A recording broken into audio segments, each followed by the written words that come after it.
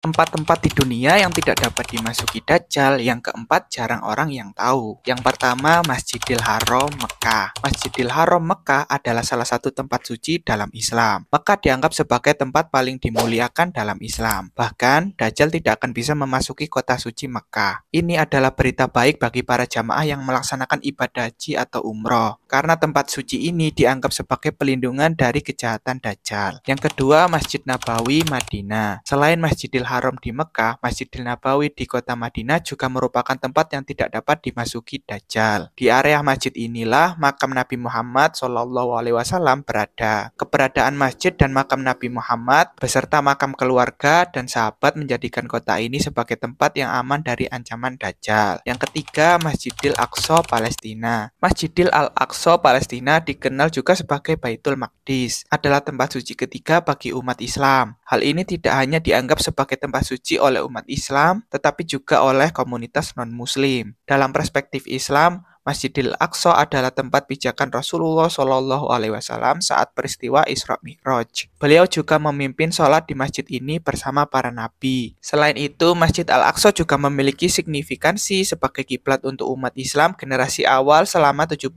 bulan setelah hijrah, sebelum kemudian dialihkan ke Ka'bah di Masjidil Haram. Sehingga tempat ini menjadi salah satu tempat yang tidak bisa dimasuki Dajjal ketika turun ke bumi menjelang hari akhir zaman. Yang keempat, Masjid At-Thur. Lokasi Masjid At-Thur, tempat di mana Nabi Musa alaihissalam menerima wahyu dari Allah. Tidak diketahui pasti di mana lokasinya. Ayat dalam Al-Quran mengacu pada Bukit Tur Sina yang diperdebatkan dalam tafsir Islam.